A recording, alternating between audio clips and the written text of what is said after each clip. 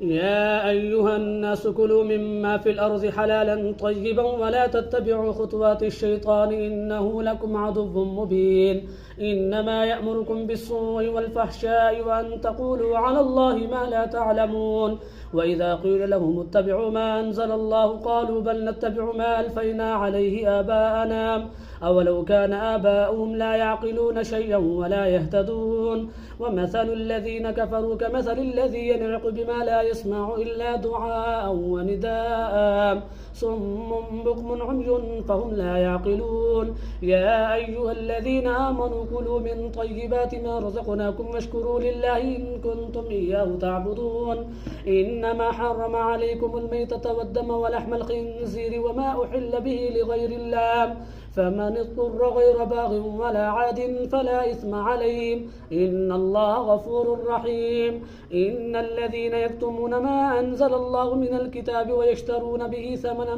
قليلا أولئك ما يأكلون في بطونهم إلا النار ولا يكلمهم الله يوم القيامة ولا يزكيهم ولهم عذاب أليم أولئك الذين اشتروا الضلالة بالهدى والعذاب بالمغفرة فما أصبرهم على النار ذلك بأن الله نزل الكتاب بالحق وإن الذين اختلفوا في الكتاب لفي شقاق بعيد.